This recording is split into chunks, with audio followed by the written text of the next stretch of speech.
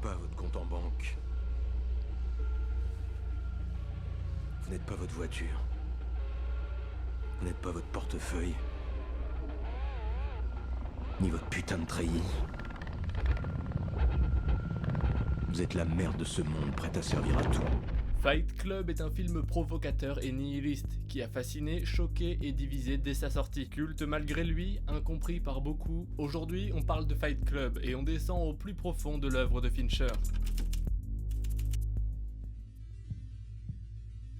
Fight Club naît d'abord sous la forme d'un roman provocateur signé Chuck Palahniuk en 96. Le premier manuscrit de Palahniuk avait été jugé trop sombre par les éditeurs. Du coup, laisse-moi deviner, il s'est aplati et il est devenu consensuel? Non, il décide au contraire de tout pousser à l'extrême et d'aller encore plus loin. Autant pour moi, j'ai rien dit, j'adore ce gars en fait.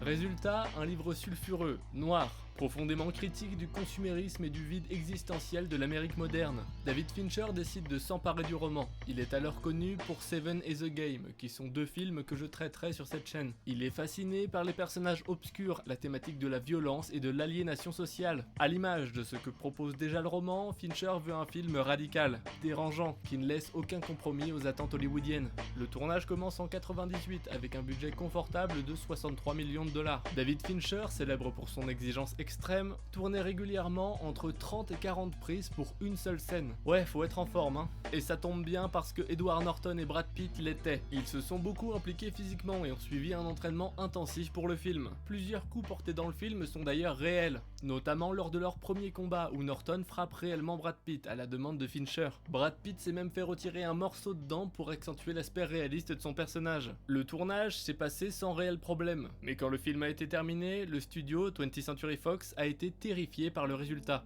jugeant le film anti-commercial. Mais c'est complètement con de dire ça, c'est le but. Bah je suis bien d'accord, mais eux coupent le marketing et hésitent carrément à sortir le film. Enfin bon, le film sort quand même en 99 et c'est vrai, il déroute, il choque et fait un flop relatif avec 100 millions de dollars au box-office dans le monde. Il choque les critiques et certains dénoncent une apologie dangereuse de la violence et d'autres un film trop flou et crade. Pourtant, Fight Club devient vite culte et a une seconde vie grâce au marché vidéo. Le public se l'approprie, fasciné par sa critique de la société moderne et ses répliques cinglantes. Le film n'obtient donc aucun Oscar, mais Empire Magazine l'inclura plus tard dans les 10 meilleurs films de tous les temps. Malgré l'échec commercial initial, il s'impose donc très vite comme référence absolue du cinéma des années 90.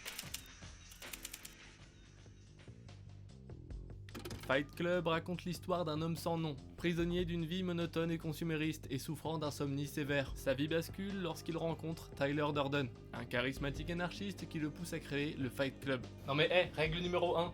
Non mais oui, mais il faut bien que j'explique. C'est donc un cercle clandestin où des hommes se battent à main nue pour retrouver une forme d'existence authentique. Puis les deux protagonistes se mettent à habiter ensemble dans une vieille maison abandonnée et crade, et le Fight Club devient leur quotidien. Progressivement, ce club se transforme en une organisation anarchique radicale, visant à détruire la société moderne pour repartir de zéro.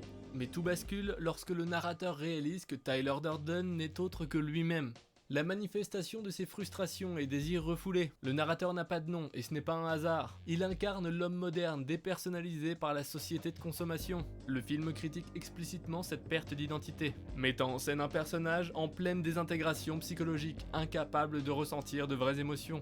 Il fréquente même des groupes de soutien pour des maladies qu'il n'a pas, simplement pour ressentir quelque chose d'authentique face à la souffrance des autres. Cette imposture émotionnelle souligne l'absence totale de sens dans une vie dominée par le confort matériel et l'apparence. Pour ressentir quelque chose de réel, le narrateur est obligé de s'approprier artificiellement la douleur des autres. C'est une attaque directe contre un système où les individus deviennent tellement anesthésiés qu'ils en arrivent à voler la souffrance des autres pour ressentir quelque chose. L'apparition de Tyler est une réponse radicale à cette crise existentielle. Le narrateur trouve en lui l'incarnation de tout ce qu'il voudrait être, confiant, séduisant, anarchiste, capable de rejeter le confort sécurisant mais vide imposé par la société moderne. Fight Club dénonce ainsi le piège du matérialisme, qui prétend combler les vides existentiels par la possession matérielle mais qui ne fait que renforcer le sentiment de vide intérieur. Un miroir de la crise existentielle qui ronge une génération tout entière.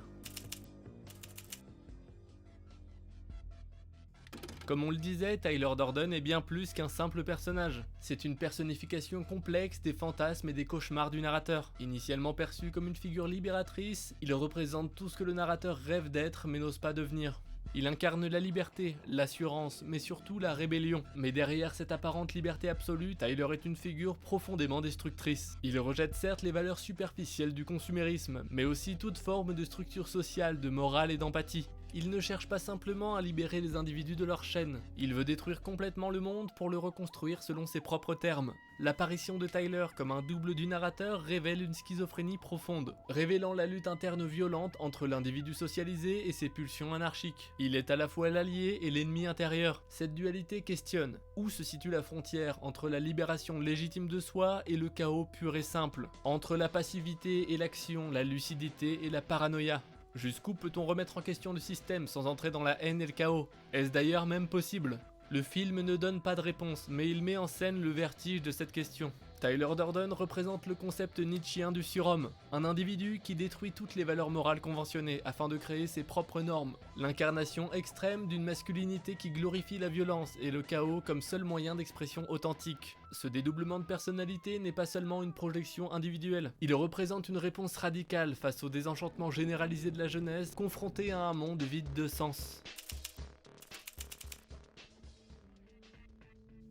Dans Fight Club, si le contexte est chaotique et que l'esprit du narrateur est à la dérive, le corps, lui, devient un terrain de reconquête. Le film propose un retour brutal à la chair, au choc physique comme ultime lien au vivant. Les combats ne sont pas glorieux, ils sont sales et violents. Et pourtant, pour les hommes qui s'y adonnent, ils représentent un exutoire vital. Dans un monde où plus rien ne semble authentique, la douleur devient la seule preuve tangible de leur existence. Le narrateur trouve dans le Fight Club les mêmes refuges qu'il trouvait dans les groupes d'entraide pour les maladies. Ce que le confort a effacé, le Fight Club l'a fait ressortir à coups de poing. Il ne s'agit pas ici de célébrer la violence gratuite, mais d'interroger son rôle dans un monde où on a anesthésié toutes les autres formes de plaisir. Quand l'esprit est brisé, il ne reste que le corps pour hurler qu'on est encore vivant. Et même dans sa mise en scène, le film l'illustre très bien. Plan serré sur les blessures, ralenti sur les impacts, bruit sourd des os qui craquent. Rien n'est édulcoré. Fincher veut que le spectateur ressente physiquement ce que ressentent les personnages. Tyler est souvent torse nu, musclé, libre de ses mouvements, alors que le narrateur semble raide et enfermé dans des costumes. Ce contraste lui aussi vient appuyer visuellement la dualité. Ce besoin de violence peut aussi être interprété comme une forme d'automutilation. Le film aborde les problèmes liés à la santé mentale. Il montre comment une société incapable de comprendre les troubles psychiques marginalise, isole puis pathologise les comportements qui y sont liés. L'automutilation devient alors un moyen pour certains d'exprimer un mal-être que personne ne sait écouter autrement. Et les combats dans Fight Club s'inscrivent dans cette logique. Des tentatives désespérées d'extérioriser une douleur que la société refuse de voir. Fight Club fait partie des films qui méritent très largement un deuxième visionnage. Le twist de Fight Club, soit la révélation que le narrateur et Tyler ne font qu'un, offre une relecture totale du film. Bien que le twist puisse être compris avant la fin, il est très bien construit, et transforme rétrospectivement tout ce qu'on vient de voir. D'un point de vue narratif, cette révélation est préparée visuellement dès le début. Fincher insère des images subliminales de Tyler dans plusieurs scènes avant sa véritable apparition, indiquant donc dès le départ qu'il se trouve effectivement être une hallucination. D'ailleurs, dès la première réplique du film, tout est déjà dit. Je le sais parce que Tyler le sait. Cette phrase anodine en apparence devient, une fois le twist révélé, un aveu flagrant. Les dialogues entre Maria et le narrateur ou Tyler sont aussi un terrain fertile d'indices. Elle semble constamment perdue face à son comportement contradictoire. Ah les gonzesses. Ouais, non. Déjà parce que non, et puis parce qu'en plus on est sur YouTube, donc c'est non.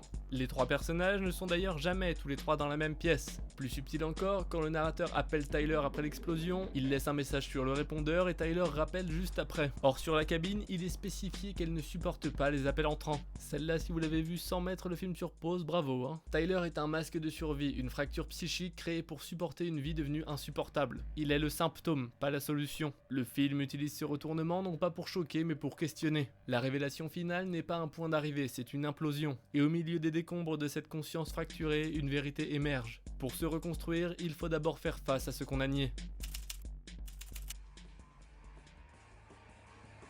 La dernière scène de Fight Club est aussi belle qu'elle est dérangeante.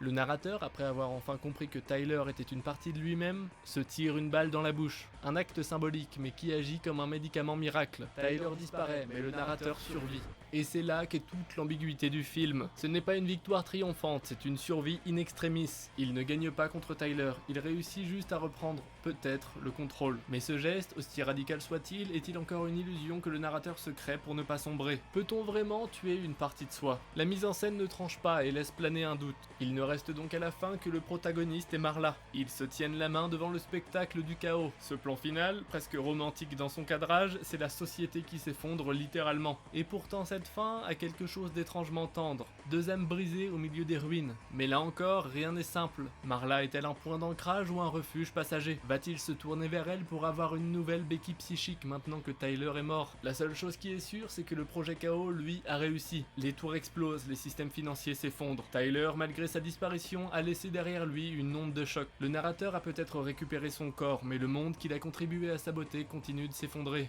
Mais le spectacle offert, aussi grandiose soit-il, va-t-il vraiment faire changer les choses? Fight Club ne donne pas de leçon, mais il montre un homme qui a dû tout perdre pour commencer seulement à entrevoir qui il est vraiment. C'est un film qui fait croire qu'il donne des réponses alors qu'il ne fait que reformuler les bonnes questions.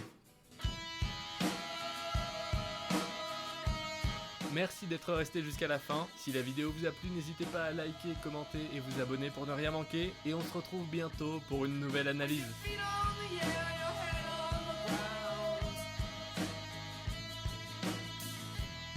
Try